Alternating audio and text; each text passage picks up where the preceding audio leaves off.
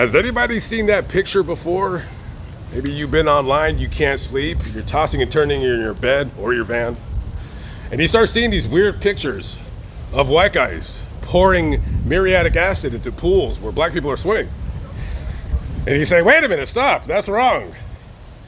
That's evil, that is cruel and vile and wicked, that racist bastard. And then you start thinking to yourself, well, why did he do that? Is he really an evil racist bastard? You gotta do a little bit of digging. You gotta start looking past the pictures, past the words, past whatever articles that people have written 30, 40, 50, 100 years ago, and try to find the truth in between the lines. So today, we're gonna visit the location of where that picture was taken. That man pouring the muriatic acid into that pool, his name was James Brock. He was the owner of that hotel. We're gonna talk about the story of what he was doing, why he did it, and the ramifications of what took place. Without further ado, let's get right into the video. Okay, so let's talk a little bit about who James Brock was, the man behind the picture of him pouring in the muriatic acid into the pool, being swam in by black folks. So James was born on June 10th, 1922 in Benton, Tennessee, which is oddly enough a place that I'm actually going to be visiting to do a video for Lamont at Large. And he was a good man, right? Was he a good man? Maybe. Let's see if we can soften his image a little bit. He was actively involved in a Rotary Club. I know what a rotary telephone is, don't know what a Rotary Club does, but I'll look that up later. He was a part of the Masonic Lodge. He served in the Navy during World War II, and he was a member of the Ansett City Baptist Church. Okay, he was a businessman. He owned a successful business. He owned the Monsoon Motor Lodge Motel here in St. Augustine, which is one of the better cities in Florida to visit if you have to visit Florida. Not that I have a problem with Florida, but you know, the weather and it's just Florida, you know. But I love Florida anyways, because that's where all the crazy stories happen at. So this is the 60s, America, Florida, the South. There's a lot of civil unrest going on because black people aren't allowed to do certain things that white people do. Stuff that white people take advantage of or for every single day. Now, black people, they could go to restaurants, just not certain restaurants. They have a section of town where they go to eat. Don't eat at my restaurant. You can go right over there, right? They're still doing the water fountain thing, I think. You can't use the good bathroom. Oh, you want to use the bathroom? Hey, but you're black. You got to use that disgusting, rancid bathroom over there. So they're doing that. And right out here, this was where a lot of businesses, a lot of hotels were at on Avenida Menendez. I don't know what it was called back then. Maybe it was still called Avenida Menendez. I have no idea. So basically, the South, still segregated, still pretty racist. And well, I don't know why, but on the week of June 10th or June 11th of 1964, Dr. Martin Luther King Jr., him along with his I guess was he working with the NAACP or with his church or what have you. So they come down to St. Augustine because they're gonna come in here to try to stir up a little bit of trouble, just a little bit of trouble. I don't know why. I have no idea why, but they chose Mr. Brock's hotel to stage a protest. So I think it was June 10th, 1964. Dr. King goes to Mr. Brock's motel. He goes to the restaurant because, you know, he's hungry and he wants some breakfast. So I don't know why, but they chose that motel. There was probably 20 motels out here that they could have chose, but they chose that guy's motel for some unknown reason. And Dr. King, he's very famous. He's very well known. Everybody knows him. Okay, this guy's face, you see it down the street, you know exactly who he is. He has a seat He said, I got a dream today that I'm going to be getting some bacon and eggs and ham and sausage and cheese on an omelet, blah, blah, blah. Give the man what he wants. He's a paying customer. But James Brock, he's like, hey, no, we're not going to do this today, guys. There's plenty of other motels that you can choose other than mine to stage your protest. I don't want you doing it here, right? He's like, I got a dream and I want a cup of coffee and some cream and sugar and hash browns and country potatoes with a little bit of cheese and bell peppers. Whatever it was that he was saying, he wanted to get something to eat. He knew he wasn't going to be able to be served because he was black. Now you have to go to the black part of town, not this part of town. So eventually, James Brock calls the police on Dr. King. So they come over and they arrest him for, civil disobedience or whatever, trespassing, whatever. They take him to jail. So he's sitting in the county jail out here, and Dr. King, he calls one of his rabbi Jewish friends for a little bit of assistance. So he calls his good old buddy, community rabbi Israel Dressner, right? He says, hey, I'm in jail over here, and I was trying to, cause and stir a little bit of, problems for them because we need the news people to make a story out of this so people in the North and people in the South who are against segregation can be outraged so we can finally ban this once and for all. Easy with that porta potty, guy. Easy with the porta potty. I don't know if that thing is full. That's a tough job. Tough job. So the rabbi calls about a dozen or 14, 15 of his rabbi friends, and then they come over here dressed to the gills in their rabbi gear, with the tassels and the robes and the beards and the yarmulkes and all that good stuff. And they say, yo, we're not letting Dr. King go to jail without us going to jail over here. So they come and screaming and protesting, and they're like, hell no, we won't go. And maybe they're speaking a little bit of Yiddish, I don't know. This is the hotel where the Monsoon Motor Lodge used to be. Now, the building is no longer here. It was torn down some time ago, and the Hilton was made. I don't know how much this place is a night. I'll probably put it up on the screen in case you guys are interested, because this looks like a $300 a night joint. Too rich for my blood, but hey, if I work hard enough one day. So the rabbis come, and the police, they come all here and they get arrested. The rabbis for civil disobedience or whatever charge they made up. So about a week later, more protesters come to this place right where I'm standing at, and they just storm the place. And then some of the black folks, they come in here and they start causing a scene, and they start yelling and chanting. Maybe they got picket signs, who knows? I don't know where the pool is, because like I said, this place is torn down quite a number of years ago. I'm not exactly sure when, but it was torn down. And then they started jumping into the pool, right? They started jumping into the pool, and then that's when James Brock, because he's noticing this all, he gets out his muriatic acid, and he starts pouring it into the pool to scare them, to get them out, because he wants these guys off of his property. Now, I'm sure he started making those people feel a little bit nervous, but one of the guys in the pool, he's like, hey, don't worry about it. There's not enough muriatic acid in there to really do any harm.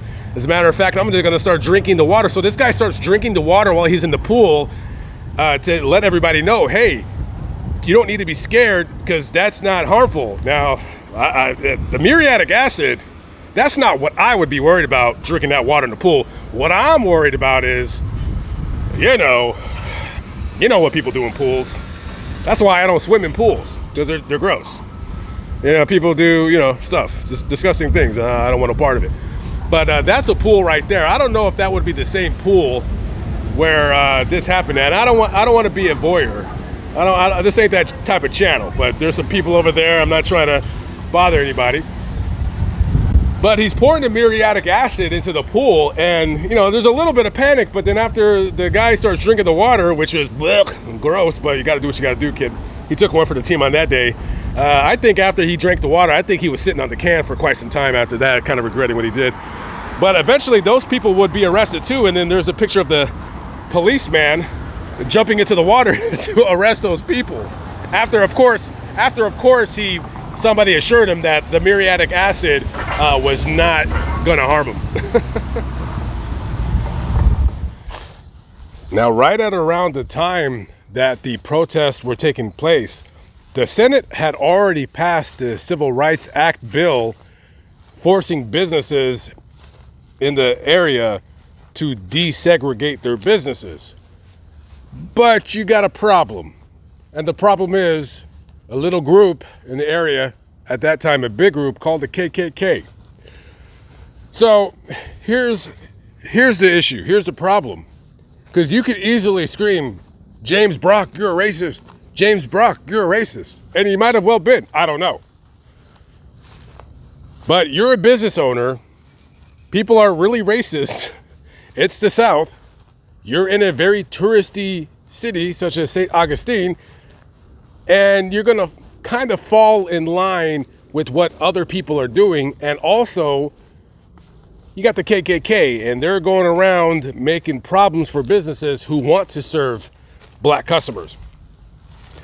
As a matter of fact, Brock, when that bill passed, he was one of the first ones in the area to desegregate his motel and his restaurant. And then when he did that, he got a little gift from the KKK, which was a bottle of gasoline with a rag lit thrown on his property. So he was the victim of a small but pretty effective scare tactic called firebombing. So you're having these KKK losers come to your business, telling you how to run it, telling you who to serve and who to not serve. I don't know about you guys, but I'm definitely not into that nonsense whatsoever. Now, James Brock is stuck in a hard place. All right. I'm not going to blame him for starting a business, starting a motel. That was the business he chose. Now, you want to accept customers regardless of their skin color. You want to take their money. You're in the business of making as much money as you can, really. So he's turning down money from black customers, but then he also has to worry about the white customers who don't want to be around black customers and the KKK. So eventually, I'm guessing the Supreme Court affirmed the Civil Rights Act. And so now you're going to start having police in these towns reluctantly, but begrudgingly, slowly enforcing the new law that you have to allow black people into your establishment. Let's not forget, James Brock has been firebombed before from the KKK. So when they desegregated the area and you're having black people come into his establishment, things went very, very badly. First of all, you had people outside of his motel picketing. They were waving signs that had some very, very nasty, vulgar language on it. The sales, in terms of people eating at his establishment and staying at his motel, fell about 50%. And so this was what desegregation is causing. It's causing a lot of business owners to lose business because those other people, I guess I'm assuming most of them white, they don't want, not saying all white people don't want to be around black people, but a lot of them do. That's just how it was back in those days. And I know people say like, oh, Lamont, you're a racist. That's not a good answer for, it's just how it was back in the day. Well, that's how it was back in the day. Okay, that was the thinking. Okay, if we were born back in those days and we were born in the South and our parents were like that and they raised us, we probably might be like that too. It's easy to dispel the myth that, oh, I wouldn't think that way. You probably would. If you were raised white in the South in the 30s, in the 40s, there's a good chance you'd be racist. It's not a guarantee, but it's a good chance you would be. So now this guy is losing money. He's getting constant threats from the KKK. He doesn't know what to do. He's literally stuck between a rock and a hard place. You let the black folks in, then other white folks don't want to go to your business, and then you lose out. If you tell black people not to come to your business, and if you keep your signs up that say whites only or whatever, then the police eventually are going to come into your business and fine you or ticket you, whatever you call it. They're going to close your business down. So during those years from 1964 on going to 1965, the mid 60s here in St. Augustine, tourism fell a lot. I wouldn't call it a dying town, but a lot of people lost their businesses. I know that Brock had filed for bankruptcy in 1965. He could barely make it by, and with his name being plastered in newspapers and people calling him a racist, which I'm not saying he was or he wasn't. I don't know. I mean, it's racist to not allow black people into your establishment. And this guy is a church-going member, and people in the church, I've never read in the Bible where you're supposed to, cast people aside based on the color of their skin, depending on what part of the Bible you want to believe. Maybe another channel, maybe another day, maybe another topic. But eventually, after everything had settled, Brock ended up selling the Monsoon, I believe, like in 1998. And then I think about 5 years later, it was bulldozed, and then that's where you see now the Hilton at. So you had a man who, by most instances, led a decent life, was a business owner during the civil rights era where people were fighting, people were dying, people were protesting true racial inequality, not the stuff that you see now. The stuff that you see now wasn't what it was like it was back in the 60s, the 50s, the 40s, so forth and so on. I mean, today's is child's play compared to what black folks went through back in those days, and let's not even talk about the 1800s. So you kind of just throw up your hands. You don't know what to do. Like, you let them in, you get firebombed. You keep them out, you'll still get firebombed. I mean, literally, because of that picture, truly destroyed his business. This is his final resting place. This is James Edward Brock, June 10th, 1922, September 11th, 2007. And he's buried next to his wife, Mary Ruth Brock, beloved wife of 50 years.